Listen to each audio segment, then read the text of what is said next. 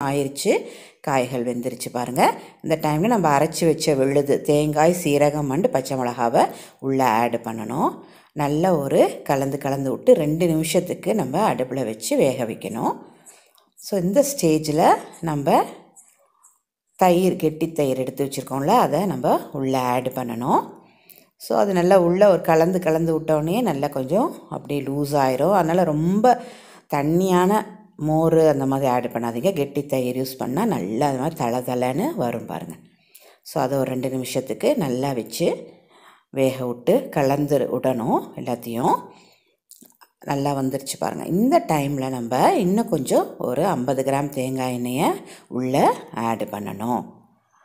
இந்த டைமில் ஒரு டிப்பு என்னென்னா, நல்லா ஹையில் வச்சு ஒரு நல்ல பாருங்கள் எப்படி கொதிக்குது பாருங்கள். இது போல் கொதித்து வர விட்டிங்கன்னா எல்லாத்துலேயும் தேங்காய் எண்ணெய் நல்லா கலந்துட்டு ஒரு க்ளாஸி எஃபெக்ட்